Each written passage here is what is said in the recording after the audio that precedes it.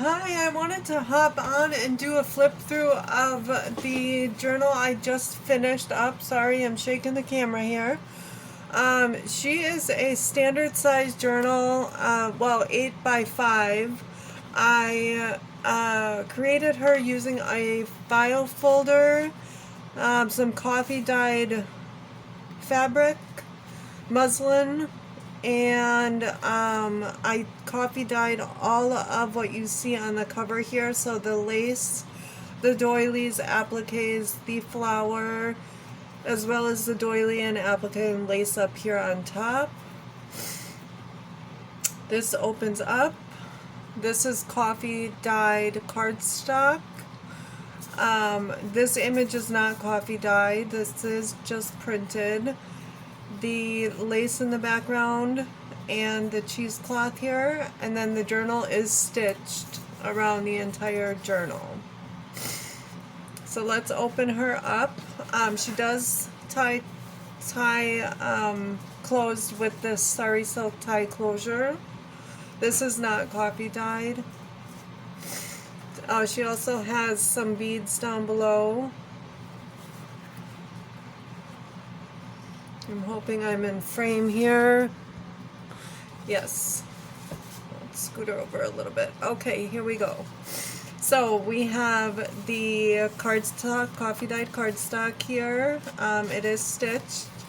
And then you'll find that all the pages in her are stitched. A couple are not stitched, only because they were too fine of a paper to stitch on. And I didn't want my sewing machine to not like me, so I did not stitch on a few of the pages. The images that I use, or the digital that I used, is from an Etsy shop called Lives Ever After. This is a tuxedo pocket with a cluster down here. And then there is some ephemera in here.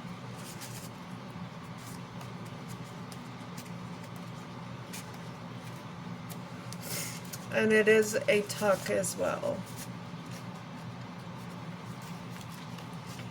And then here what I did is, I'm not going to pull it all apart, but it's a double tag and it with a closure. So it's got music page in the back.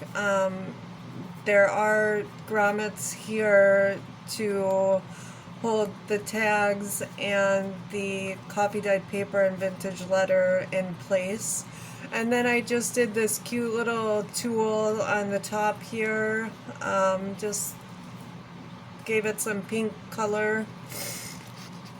And then we have a cluster over here, vintage book page, a paper sack. This is stitched as well. Here's a pocket. We have a vintage letter in there, an altered time card, and an altered playing card. Some lace coffee dyed paper. I do all my own coffee dyeing, avocado dyeing. All the paper in this journal I did dye. This is a page hugger. Just opens up for some extra writing space. I just put a vintage letter and the other half of that time card. It does have a tuck here as well, and then it flips over on the other side, and we have a large journaling card that is backed.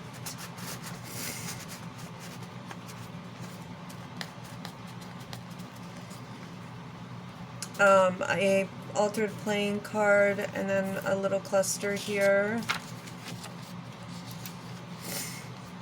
Here is a vintage quilt book page. A page hugger up here, or a bookmark with some ephemera in there. The other side of that bookmark, and a journaling card. avocado dyed paper. Here's a cluster pocket. Some ephemera in here. We have some tags, or a tag, a paint sample card, and some writing space. And then I did a paper waterfall here and I just sewed it together. Here is a vintage typed letter.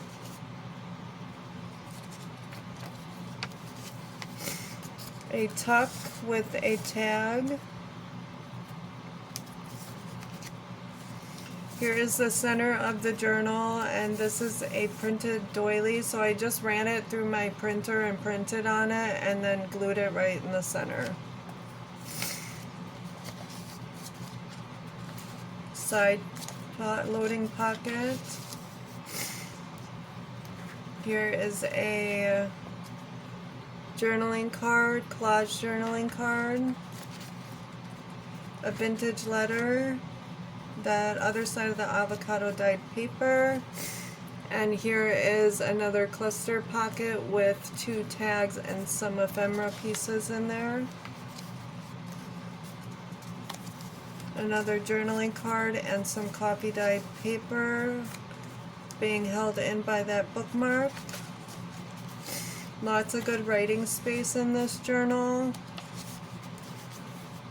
Here's another printed doily. Here's a cluster down below here. A doily pocket with a tag and an altered playing card.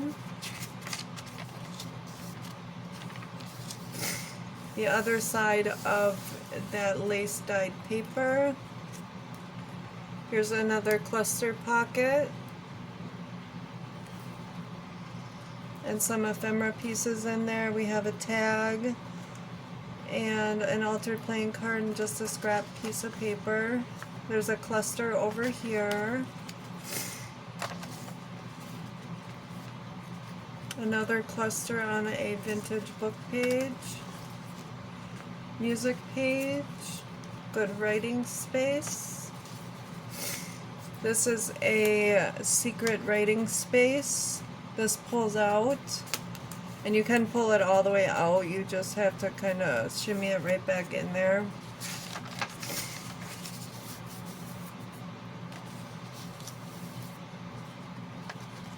And then the end of the journal here, the last page, and we have a cluster on there and some writing space and an altered playing card. So there she is. She's all dressed up and ready for her new home. I want to thank you all for watching, and you have a blessed day. Bye now.